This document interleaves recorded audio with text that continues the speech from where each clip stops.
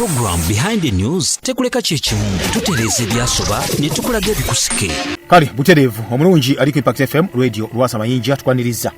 Wasuzo otya sebo wasuzo otya nyabo bude wa program ekiri emabiga wa mawulire Behind the News. Nebaza nesekobaza eri abo nabonna kasubiranga munango okutegedde ebyaddala nti nno nakwa lwa mukaaga ngogenda kulya ku nkoko ne kojo bwanti olya amazima genyini nkoko nansi webale nnyo bali eddala mukama akikubalire tugenda kugula buno kiyo tugamba bulijjo tugenda kugula butwa kubulisa family yo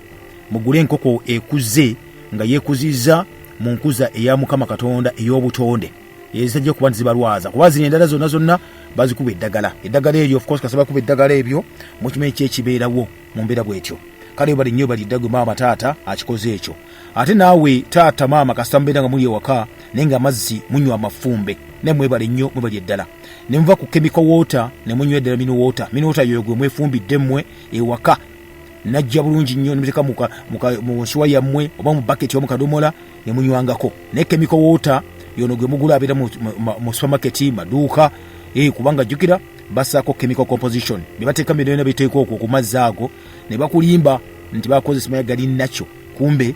just munywa chemicals kakati no gwagafumba wamwe bali nnyo kuba nti nange wewaze obulwadde nga ne kansa mu mutwalidde webali nnyo gwe mama abalya ebi kitugamba nti nno muli envendiirwa ezo ebisibya ddala nga simfuire nga mwagala okufuira obuwuka n'okuzigimusa musaka ate ebyaffe betwekoledde ebyaffe ebyawano ne mutakozesa butwa bugenda kuba nga ate munange wonoona waliwo bannaffe abagula ennyanya mu butale n'agula ennyanya eriko ebika ebyeru n'ogamba nti ogweddala butwa ng'obulabira ddala n'obutwala ekidda kulwala kansa mune ojja kulwala kansa ng'oli wali emulago oyo ebiguze ebintu ebyo ajja kuba nga munange tamanyi na kumanya gy'oli ng'oli mu kufa wekka kale nno munnaffe tugabugambi osobola okuba nga woba oguze envenzi ezendiirwa making sure nti simfuire walaso kikola ekyo weerimira envaazo waba bannaffe balima envendiirwa ezo ku mbalaza naye batenda nga munnayi nnimiro n'olima mu bukutiya mu bibaafu mu bidomola ebyenjawulo bane mwebali nnyo mwebali eddala naye kyatukutuujikiza bulijjo okulya ku greens ezo lya ku bintu ebikaawa katunkuma bwatyo kubanga ayamba nnyo mu kwoza mu kyoyita obutwa obw'enjawulo munnaffe atuwuliriza kale programu ekyebega mawulire nga bulijjo omulangira Kalema Kigange. Program Behind the News tekuleka chechimu tutereze byasoba ne tukulaga bikusike. Buterevu tuba tuyingidde mu style okuba nti munne tukutegeeza oyo kubanga munange ojje kumiddeko kati munnaffe tumanyi nti na ogambe buno nenagamba munne weekeno nina Dr. Galiwango Henry mu studios. Dr. Galiwango ono musawo ate nga musomesa lecturer si just lecturer wabula omusomesa abasomesa obulimi n'olwensonga eyo tugenda ku by'obulimi tusamye wamu bya bulimi bya ndya bya bulamu byonna bibeera wamu awo sebo tukulabako nate buuza kubatuuliriza abali ku Impact FM radio Lwasa Mayinja sebo webale kunkyaza nate twebaza mukama atukuume atulabiridde wiiki nga 2-3 eziyise mbaddeko mulwadde naye mukama yamponyeza omanyi nno kye nakozesa olubuto lwali lunnuma nga lwekutte naye era abantu munnange era the last time I was here nagamba nti omuddo ogwo kyoyagala okukosa kyogukozesa yakatonda teke eddagala lyonna oli mu bitonde luli mu bitonde nanoga bunozi kisanda nenoga ne banogera n'akaddo bakayita akatakula ndowooza katakula ne katakula olubuto ne lusumulukuka naye nga namala weeks 2 nga mbonaabona nakyo naye just kadagala ako ogedde ku bantu abali ebikokokoko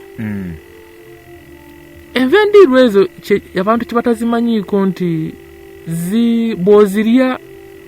zibeeramu engeri ya wuuzi ezo kati wuuzi ezo zitambuza ekyenda fiber ng'okyogedde mu luzungu fiber wuuzi lagayi era tugeza fiber otera okubeerako n'emikwano gyo nga mwogera naye nga bw'ayogera otunula eri nga akamwa kakajino kakyuma nze simanyi kawoggana nenga nga bawunya akamwa nenga bw'ayogera otunula eri olusi tulya emmere nebeera mu lubuto emmere nebanga ekyenda kizibuwalira okukola ki okugitematema so nga ate bwanga olidde greens olubuto lubeera lutambula. Actually ekiwunyisa abantu akamwa si kamwa kuwunya lubuto ekiva mu lubuto eno ekikka kiva eri wansi mu lubuto emmere etuula nebanga tetambula speedi n'omuntu n'abeera mutufu ng'alina ekizibu ekyo nga ne bwagula eddagala erisingawo tyeddungi bamufeze simanyi akamwa kakola ki nenga asigala kakyawunya omukka guba guva eri nga gwambuka guyita mu kamwa so enva endiirwa ddagala omuddo ddagala waffe eyo mu kyalo twafiiriddwa taata wange Geoffrey Sekabemba abadde akolera bweyale yafudde neera ekyamusse mbadde mu engeri ya kansa naye nga kansa yava ku ki kansa oyo abantu baffe eriyo abakola ennyo neyerabira okulya newerabira okulya bino abasajja tugana notukolya famire zaffe nokola kirono na misana omanyi waliwo mukama bwakublessinga n'okola nga sente ziyiika nga mutufu olaba n'okufuna akadde okulya yo losing millions yes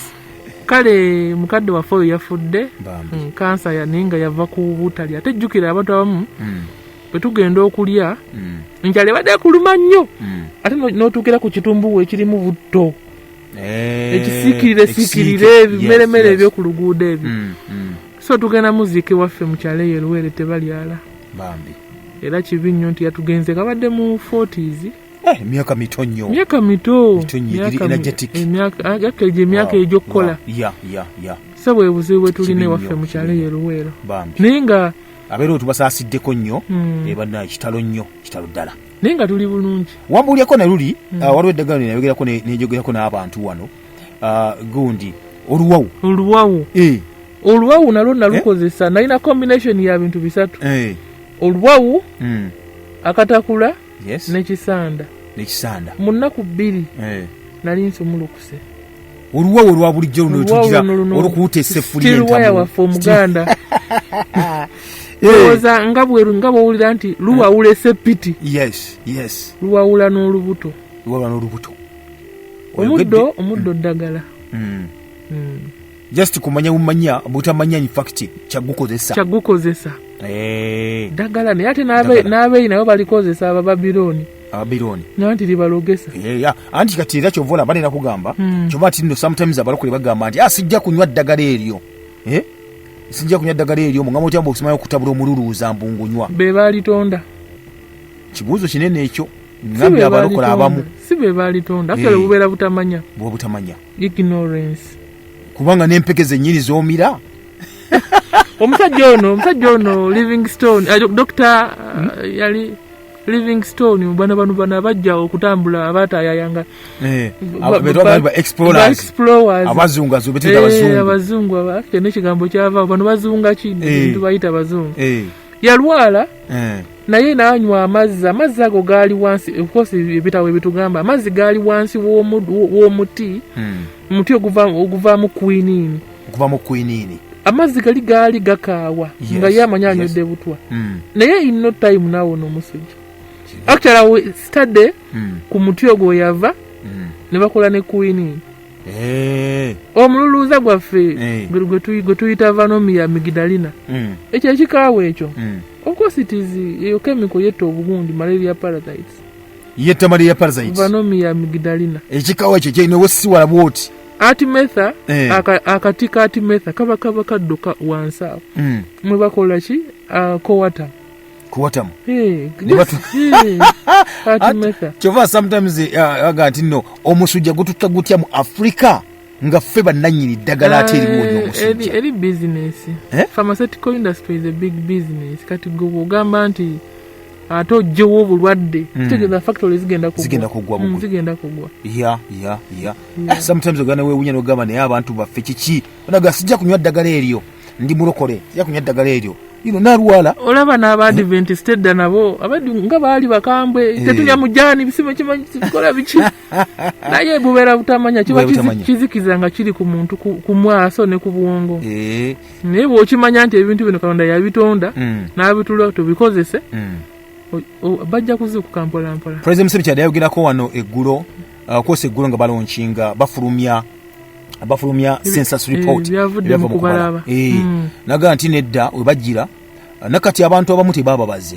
olw'ensonga nti abamu bagamba nti balina emigundi eri endowooza eri egamba nti bagamba obala abantu bafa abaana ekirala waliwo eddiini ezimu nga bo bagamba bazikkirizaamu tebakkirizibwa kubala abantu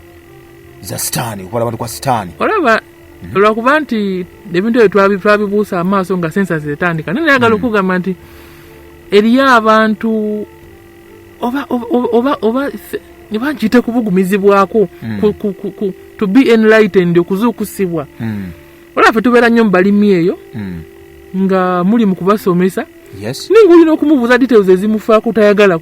kuzikugamba nga ye agamba nti eddiini tezinzikiriza kuzigaba naye ng'ate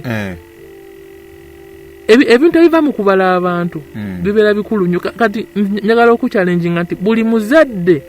alina omwana yali atuuse ku university omwana oyo alina okukola research okunoonyereza awandiike ekitabo buli muzadde alina omwana ali ku university naye kati biki byagenda mu luzungu akita referencing biki byagenda okusinziirako okuwandiika ekitabo kye ebisookerwako ddala ye census report kubanga kuosinzira n'ogamba nti Uganda tulina abantu 10 oba bukadde oba 46 nti kati singa tetuba tetukoze kino tunaasobola okubeezawo obukadde namaga you are referencing results kati bwobeera nga wagaana okuwaayo ebikukwatako omwana wo alikozesa results ki amazima ndowooza census ndowooza oba abakulira ebyokubala oba tebafaayo simanyi bate bafaayo nnyo kusomesa naye n'ebidiinidiini ebyo kosa nti tulina freedom of worship mu Uganda ndowooza constitution ate awo wenjinenyezaamuku ne information ne access to information eyo yino sometimes eyinza okuba nga nfu kati oyinza okwesanga nga radio tuwogera wano wona ne radio tulina ezituka 2 mu Uganda kati tulina ne online radios nyingi kati information efuluma ku radio ebisinga obungi ennyo abantu bagitwala awine baba alimba abantu bagitwala nga njiri just imagine abantu baferebwa buli lunaku baferebwa lwaki because abantu basigala bakyababuulira enjiri eyo y'obulimba enjiri oli wali enjiri ekigeza ati nno kiba mbwe bagundi enjiri just ibaita enjiri tabiri so waliwo ennungi n'embi ey'okuwuddiisa n'ey'okuzza mu layini yonna eyita ku mikutu egyenjawulo nakati tugayinza okuba aliwo abali mu kulimba abantu fe nga tubalimbulula so baluga tuli abantu obukadde 45 mu emitwalo 9 mu 3 awo mu 5 mu 46 abantu omwaka guno batubaze ababaliddwa bokka tulendeko nabikana 17 mu ggwanga tulina lino President Museveni yagambye nti tuli batono nnyo tulina okweyongera okuzaala tulina okweyongera okuzaala kuba tuli batono nnyo tuve ku nkola zino z'ekigezaala ggumba kubanga ziyinza okuba zigenda otubanga zituteekako mu mbeera bwe zityo naye kati ndowooza emu ku ebyo bye tulina okuba tutunuulira abakazi of course bakyali wagguluko ku basajja mu bungi wayo kyankuteeka ennyo nti abaana obaga emyaka egikola baga kuva ku myaka 14 paka ku myaka 6 byebakozi tuyinza n'abaana bato bali mu kuba nti bakola mu mbeera bwe bityo naye tunasobola tya okuba tuliisa abantu abo kati olaba mbadde nyiga wano kale kireeta yange Uganda tulina ndowooza square kilomita ng'emitwalo 26 square kilometers kati ez'ettaka ez'ekibangirizi yes bwabeera nga babala kye bayita population density nti bantu bameka abali buli ku square kilometer bwe tuba nga tuli miliyoni 46 nze embala ziri 46 n'okusukkamu kubanga abamu tebababala kati abantu obukadde 46 nga butudde ku square kilometers emitwalo 26 kitegeeza buli square kilometer olina abantu 176 buli square kilometer omuntu waffe yagitegeera atya eba yenkana ki kati square kilometer teberezaamu nga katubale okuva hano mu Ndeeba paka katubale ku Lubiri olubiri lulimu ku square kilometer nga mmeka olowooza simanyi kale kati balabwa nti tambula tambula meters 1000 mu busimba otambule meters 1000 mu busimba dakati then otambule meters 1000 mu bukiika kati okubaaka box ako ezo ze mita 1000 squared 1000 squared yes meters 1000 squared je baita square kilometer kati ku square bo gambye omuntu okuva ku posta wali mu kibuga Kampala ngadda ebwayise yobadde Kawempe katubale okuva ku posta ndowooza paka nga hani ku bitala wala nnyo ebitala byawa wali ewandegeya kuba balamu n'ogamba kati tulina eba kilomita ebeera kilomita emu side ne side ng'ekubya akabokisi kubanga ova ku posta ogenda kupaka ku 2 kilometers 2 ezibeera 2 ate oba ogenze wala so kati makati g'okubiri kale katugambe ku bitaala ewandegeya bitale Wandegeya ove ku post e Kampala otwe ku bitale Wandegeya kati eyo kilomita emu mu busimba then ate otambule katugeze ng'ovanga ku bitale Wandegeya ng'oddanga eno ndowooza nga enaakulabye kati okupaaka box ako nga ne paaka ya taxi nayo mweri ndowooza mwamulitoma abantu ameka 176 bokka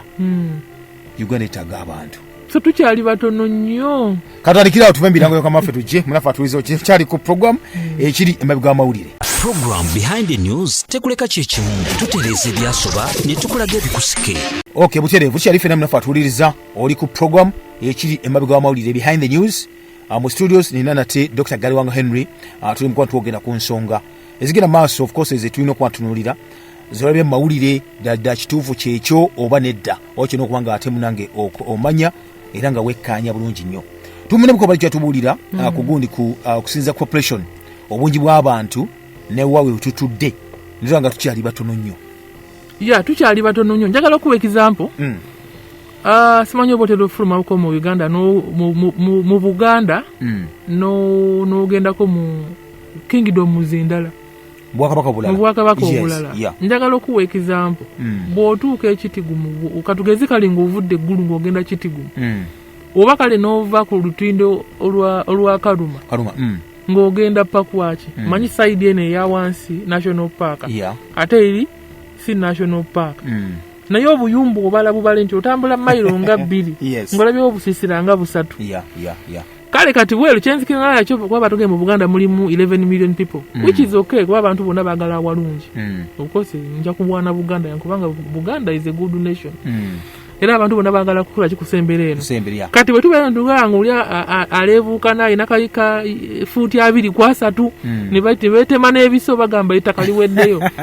naye ettaka liweddeyo basically wano wokka ate si ne mu Buganda otulaba ono likyaliwo kati jjajja waffe alina square kilometer nga mmeka ezirimu ente ekisozi amaziba gennyini nga wanene gende namunkekera eri namba 2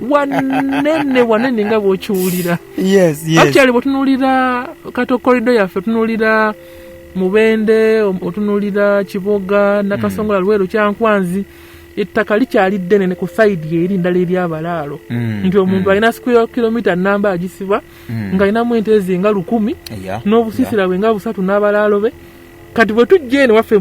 Kirooza Luweero Kampala mukono ne tugamba nti tuba tusembedde ekibuga nti n'osanga nga kabuloti kamu kagula obukadde 5 so nga ate bw'ogenda Kyankwanzi obukadde 5 ogula yiika buli ka milioni 5 n'obanga oguze yiika 10 so tukyali batono nnyo naye kale weero kyenayagaddeko I can challenge them kubanga our age of consent mu Uganda eri myaka 18 bongamba nti working population eva ku 14 result says onyinza zikuba kubanga one ngambi from 18 years and above ne bongamba from 14 maybe okay badde era kitegeeza nti ayinza okuba of course bibafulumiza nga bibafuna ngobe nyinyi bafuna nga tulina abaana abakola nga bato child labor kati mukyala wangadya mpozi yabikolako human rights wedembe ly'obuntu yes department si wegwa tuyane minister of course wabavubuka n'abaana balam yes so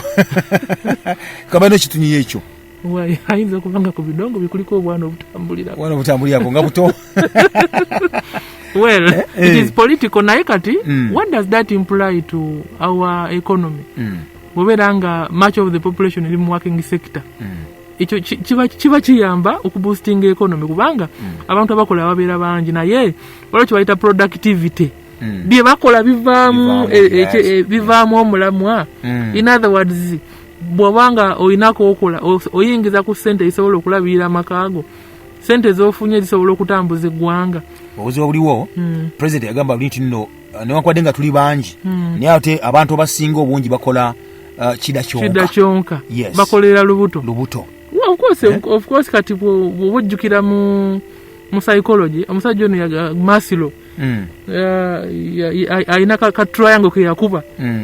akebyetaagisa eby'omuntu nti ekisookera ddala wansi physiological needs kati physiological mwe muli omubiri gwagala ki mmere yeesooka of course tunasooka kukolerera mmere naye ate bwe tuba nga tuli ku level ya kukolerera mmere kibeera kibi nnyo nti kati taxi base omusolo we bagujja bwabeera watono kati nobeera nga bw'onyunyutamu omusolo batono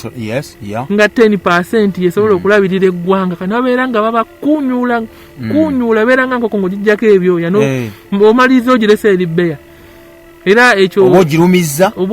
n'okufa eyinza n'obutaddangulu neefa kati kyekyo ekizibu ekiriwo gwe musolo ogwo so kati kubalowoolereza ensi well kale of course bo bagamba nti baleese factory z'abachina ez'abayindi 55 buli lunaku which is good naye azimaliriza aziridde wakati kilo y'ennyama yagumu kitundu omuwadde 50 agenda kula amanda ebyokufumba emmere ziba tezimumala so kati weewaawo nti kino kizibu nnyo bakyayina mu muzungu bakiyite they still have a lot to do okulowoolereza ensi eno ngeri gye tusobola okukola ki okwongeza ennyingiza y'abavubuka olaba ekyabadde Kenya abaana abo beekalakaasizza lwakukola ki kutaganjula musolo naye ate nina bwe nalabye waliwo tweet emu gye nalabye nga IMF yekiri emabega bagamba nti Kenya you have to increase your tax base kakati Ruto muje ebbanja ebbanja Uhuru Kenyatta lyaleka kati Ruto kati yagamba ate nze ngenda kuzijjawa kati kanyongeza omusolo muzikuba bakita slapping you slap it onto the population naye nga ate olusi tuba tetweyinza yasanze balaba banna Kenya owange webale nnyo tuveeyo kati gule netubadde ku inside kyabaddewo that is a population akati waliwo bwetunulira ripoti yavaayo wiki nga 2 babega nga bagamba batulabula ne tuyiza okuba bamu tebakimanyi baga nti abaana tubatwala ku masomero balyayo emmere ekyemisana banywa obuugi balya emmere baga nti naye badde okimanyi nti emmere nalina gye balya abaana ku masomero teri mukiriisa ojjukira nti twayogera ku kintu ekyo sometime back last year twakigatta n'obutuwa nga twogera ku quality of the food abaana gye balya ripoti yafulumye nti abaana omwana agenda okuva ku ssomero ng'ebyaddala twasomanga ebika by'emmere edda tubisoma busomi naye tubitika mu nkola emmere ewa amaanyi ewa obulamu emmere ekuza emmere ekola ki ezimba omubiri tekyaliyo kakati emmere ekyasinza okubeera ennyangu okuba nayo y'emmere ewa amaanyi energy giving food lezo cereals kawunga muceere of course n'akalo n'wano mu sentu abaana bafumbira akalo bakakuzirira ku masomero bamanyira kawunga y'emmere ekyasinzayo okubeera ennyangu of course era ne mu nsi yonna ndowooza akawunga n'omuceere basinga okulya n'eŋŋaano kubanga ye emmere ewera mangu ate ogi chapati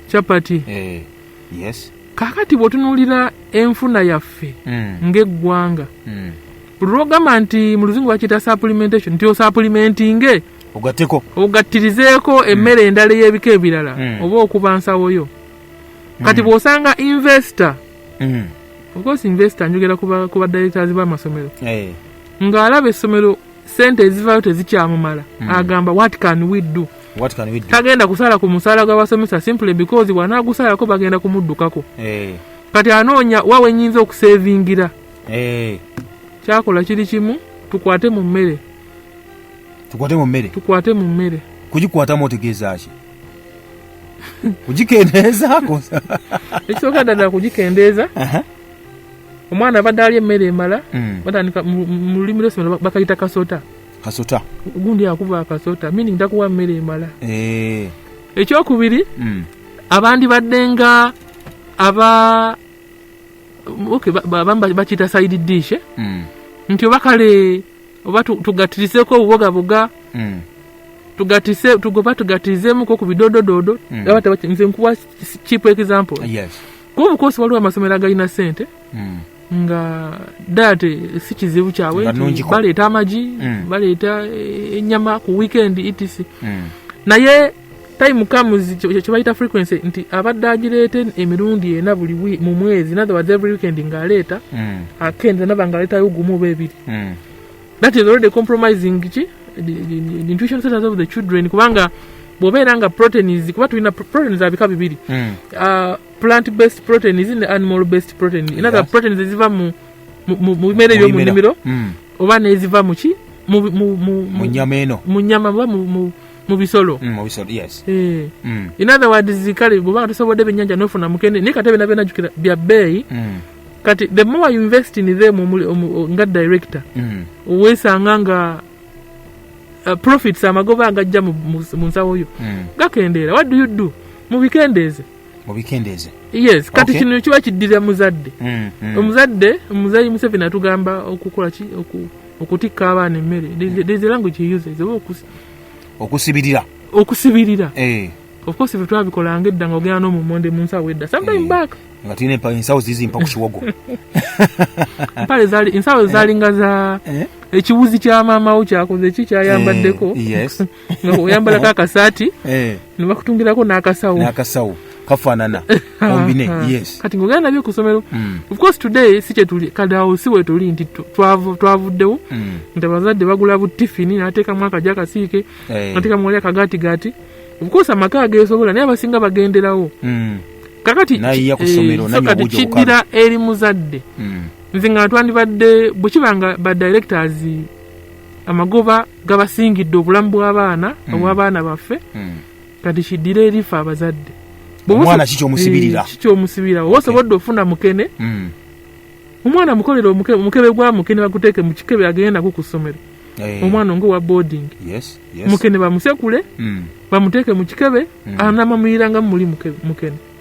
Jukira ate nze siri nnyo ku side y'abaana bakola appetizer. Appetizer bizibu byereere. Bizibu byereere. Oba olina ekinyeebwa okisekule okiteeke mu kikebe okiwa omwana agende nakyo. Bw'obeera nga olina soya, actually soya is one of the surest sources of proteins. Osomujjira bulungi n'omwana n'agenda omusekula n'afuuka obuwunga. Osooka kumusiikako kubanga soya tali musiikako si mulungi addukanya. Mulimu ekitiisa ekyo ekisumbuwa obukasunda baasi obukubakuba emmere. Abasoma agriculture bakimanyi bakita trypsin inhibitor. Trypsin is one of the proteins that tulina. Kati ziyamba mu kutemaatema naye kati wekibanga tomusiise mulimu akagundi akakabanga akatwa kalemesa trypsin. Kati bw'obanga olidde soya nga si musiikeko toluto temukubakuba bulungi so n'abeera nga tatambudde bulungi. So bw'obanga omusiiseeko soya n'omusekula n'omuteeka mu kikebe n'omuwa omwana agana naye asobola omuteekera ku bijanjaalo byebabeera bamuwadde oba mukene n'omusekula if not actually n'ogatta bibiri. Wera omukene wa bbeeyi naye atulisi obeera nga omusekudde awera n'abeera nga tasaako bingi kufuuka kipooli naye amamiyirako funa ki ekiriisa. Ate ne greens tusobola ozikolamu obuwunga. Mwana agenda nazo tojjukira gundi eggobe olijjukira wali oliriddeko. Yite waffe balwanika bati ku kigundi wali ku kibanyi neribeeraawo nerikala bulungi ne balisekula nerifuuka ensaano bagisa ojiwa buti kugundi kubinyeebwa kunva okitegeera. Kati ebyo bye bintu ebyangu omuzadde byayinza okukola amasomero bitegeera kati kale of course kati ne mukyalo kisoboka bano ab'e Kampala b'ensansi naye ate ab'e Kampala balina ssente bakolakola ebyekiyaayayi ne bakuba enjawulo ne badiringa so obusente bwe bubeerabeerawo ne bo nfeye sente alisi binoonyeeko kale obigule ebinoonyeeko bigule ku oyo omuntu abikoze omweka ssente ate nga naye abasinga obungi bannakampala balowooza nti okulaba bambala ebinu ku weekend ne bakwata ne bagenda mu supermarket ne bakuvuga obugaali obwo ne basooka bagula ebiva South Africa ebiva South Africa obutwa bonna ne babushopinga bwe batyo ayagala katunku mavule South Africa oyogedde enneeyisa bambala obunu obwa square nakwata za iPhone ku side n'obukofiya n'owabagagga n'atambula n'agenda supermarket na parking anajja nga aguze janka afudde South Africa aguze walobe ne iva mu Jordan simanyi bamanyi neutral something like that omuntu nabanga aguze ekipoli juice yenene nanga aguze mukolerere omanyi tulina ekipoli wano mu Uganda ewaffe nebwe bagenda ogula supermarket bagula kipoli kivudde Jordan ne Middle East. Can you imagine? Kinewuunyisa ekipoli ekiveeri kyebagula ninga wano fe tulina ipoli byaffe wano mu Uganda tulina abakazi abalugwala ababitunda ku babikola bulungi nnyo yes mukitegeera omugego omulaba tyanga ayimiridde anti class alisi agula obutwa naye ataguze sente aziwa omuzungu oli omuwarabu naraziwa omuddugavu munne katudde munafe atuuliriza program behind the news tekuleka kyekimu tutereeza ebyasoba ne tukulaga ebikusike okay butereevu tukyalife munafe atuuliriza okyali mu program ekiri emabega w'amawulire behind the news twogera ku nsonga ezikwatako naddala ekikwatagana ku bulamu bwo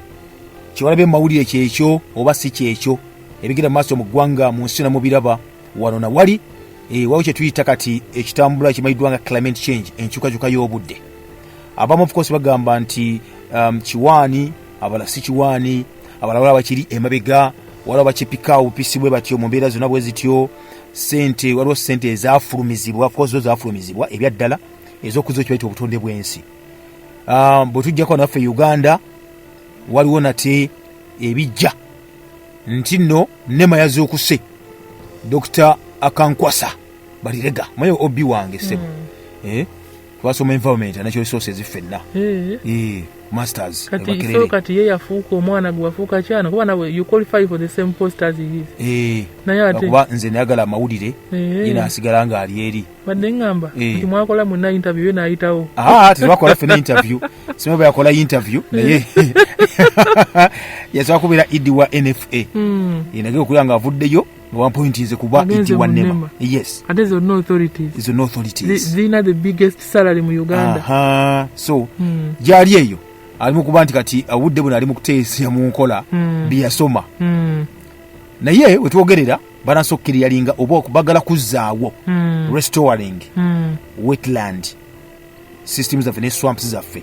entoba zizona bagakuba nti bazizzaawo mu kukikola ekyo waliwo abantu bali mu kuba balumizibwa ali batandikidde ku Lubigi wetland system eyo Lubigi nnene nayo tulina sezibwa tulina wetland systems actually bagakuba nti bazizzaawo mu mbeera zonna bwe zityo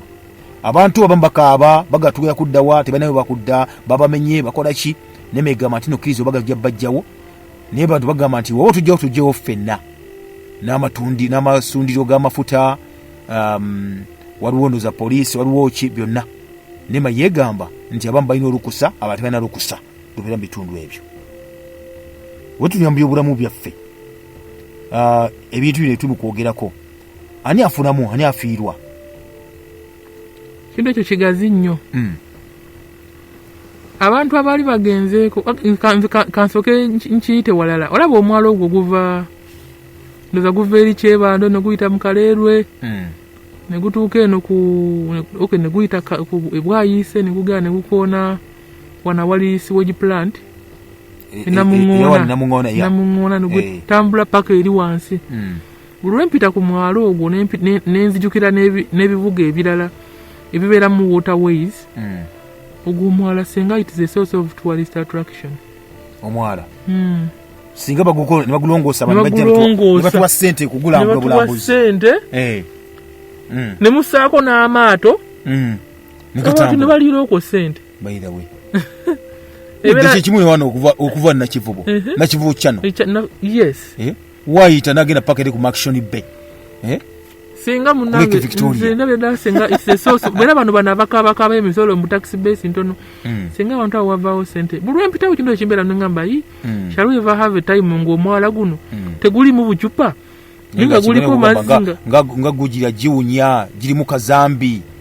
Yajuddemu. Munda sokuza keri atoli na agama tikasabaliroko. Kazambi ajudde. Ate nga nduza n'abakwasa amateeka. Nabo olusi kibayitirirako. Kubanga edda wabeerangawo tractor ezigogola. Naddala wano kalero ennyini nga wali ettaawo. Naye nayiseewo eggulo ng'ettaka lyajjulamu nga n'ebitoogo bitandise okuddamu okumera. Edda kwalingako ekiddo. Mugundi mu mwalo gwe baakola. Nga kuliko ekiddo. Ekiddo kiyamba okunuuna obujama. Era ndoza kye kyakiteekesaako. Naye kale ate abalimi jjukira ente zibirya. Abalimi ate bajjanga ne babitema ne babitwala. Nebitambuza ate. Batwalira ente zaabwe ne zibirya. Ndowooza KCCA nayo neggwamu amaanyi. Ate nga bagamba nti ekintu ekyo kigazi nnyo. Nze kansooka ate nkitunuulira na balimi baffe. Abalimi abali e Kaleerwe, abali e Gayaza, abali e Namulonge. Abantu bano okubeera ku mwala guno si kirungi. Era okubagoba kirimuko ku magezi. Sigamba nti kirimu amagezi ne kirimuko ku magezi. Naye ate abalimi baffe ababadde baliisa abantu abo akatale kayinza okubula wadde nga tewali bagenda kulya mmere yaffe. Era kyekisinza okunsumbuwa nti bw'ogoba abantu abo Kaleerwe market oba ogitemye bwe banaagenda ey'ennaka wakinnawataka kireka market kimera market kireka market oba ogikubye kubanga abantu abo tebalina ye balimira bamufuna mpola naye at least asobola okuspending 13,000 ku vegetable na spending 13,000 ku muwogo. Kati ne districts zaffe bano banimira muwogo Luweero, nimira muwogo Mukono. Obutale ekintu kino kigazi nnyo. Naye ng'ate jjukira mbadde nga bagamba nti obutonde si kirungi kubwonoona. Tubwetaaga. Bw'otunuulira bwe tuba tusoma natural resources waliwo ze bayita renewable ne non-renewable. Kati Mukama yatuyambye nti obutonde ng'entobazi osobola okuzizza obujja. Ziri renewable. Talinga mafuta nti bw'ogasima nawo gakomawo sijja kukigasaako. Naye kati ebintu nga gold ayinza okuba nga bw'omusima aba agenze. Aba ayonoone aba aweddemu nga bolaba nti bano baazimba eggaali y'omukka ogenda e Kasese bwe yaggwayo ne babireka. Kopa. Nti omusima taddawo okujjako ebisigalya ate cobalt. Ebisigalya nga yetaddawo. Kati obutonde tulina chance nti busobola okuddawo abantu bwe basengula obukosi bujja kuddawo. Ekisinga okwebuuzibwa nti oba ddala abantu bano banaabeeramu Katonda. Baliwa abasengudde ne bagoba omunaku ne bataleeta mugagga. Nze kyokka kyeneraliikiridde ogamba tweteeketeke obudde bwonna wetulaba nga bataddewo omuntu because ati kati waliwo nemejja kugamba betugobyewo tebalina lukusa onazzeewo afunye olukusa bakozi bayita environmental impact assessment bagimaliriza naga nti yazzeewo bizinesi gyataddewo asabe lukusa ntulumuwa nemaasiga yali open ne lwakuba bagamba ndi mu mwaka gwa 2020 bagamba tewakyali kuddamu gaba layisinsi kola mulimu gwonna mu lutobazi so tulina okuba tugira ate olaba etteeka lya pulezidenti lyebakoonako n'akyusa ebisanja naye ate bino okukyusa obukulembeze. It sounds political. Tojikwatako. Naye byonna bikyuka. There is nothing cast in stone. Nti oba bwekitebo kiri bwe kirine kakano bwe kiriba emirembe n'emiriba amina nedda. Etteeka likyuka anytime. Kale kyemmanyiko nti baba nga bazimba factory. Ekya factory katugeze nga bagireese yinza obutaba naye kati mu kugizimba bazimba ne basesera ku drainage nti amazzi gasagala gakyatambula naye ekintu sa kiri kimu ebintu ebiva mu factory ne biyiika ate mu ntobazi kye bayita effluent ebyo ebiyiika ebyo byebisinga okuntiisa so mukama atuyambe bano bakafubutuzi batambulirawo baleme kufuuka te bakaleesi nga tunatera okumaliriza of course waliwo banaffe abali eyo betaaga okugira betaaga okufuuyira kwafuusa okufuuyira bakyafuuyira nakati naye kuna muganda wange ngangama kasooli na kasooli wesima teyamufuuyira bwe yafuuyira yafa kutanso okuba nti eddagala lyaffe ino lituuseewa eri bannaffe bana bagatewo okuba nti bafuuyira kasooli emmere ebikiwe bityo ya tubazzemuko ku maanyi neryenkwa nakugamba ebintu bibiri era kino nja sigala nga nkyogera nti ekitusiba nze ngaffe naddala nga nze ekinsiba nti njagala nnyo okutambulira ku mateeka kubajjukira eggwanga kosi tulina enkola ezitufuga ezitukulira senga nali nti nkola kyebayita ekivandulo eddagala singa liri katale tukyalinda paka approve weneebererawo naye approve egenda kujja ddi ekyo nange gyekino nate ndowooza watanko ddiwa abantu baligezese tugende tulimu okugezesa naye nogesa bakwera approve okugezesa okwo kale waki bayita pre-approval nti nga bulanga oli mu kuyiga motoka tebanakuwa permit eri naye ne bakuwayo ekyemyezi 3 ekipapula yotambulira okwo banatukubira abantu tunde bagamba mpolampola tuwisiza liyinza okubeera erimu ku kkubo lyenyinza okukozesa naye nga jjukira baba tebanakuwa ki kuba jjukira ekintu ekikwatagana ku bulamu kiba kyabulabe nnyo obukosi mu mateeka